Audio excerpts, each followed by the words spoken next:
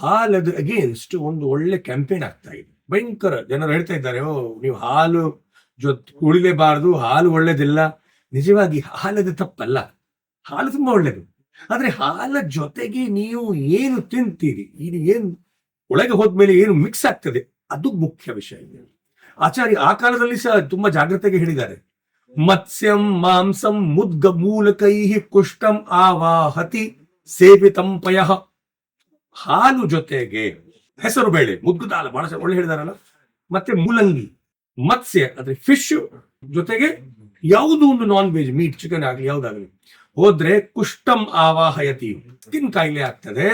ಅಷ್ಟು ಮಾತ್ರ ಅಲ್ಲ, ಶಾಕಂ ಜಾಂಬವಂ ಸುರಾದಿ ಸೇವಿತಂ ಮಾರಯತ್ಯ ಬುಧಂ ಆಶು ಸರ್ಪವತ್.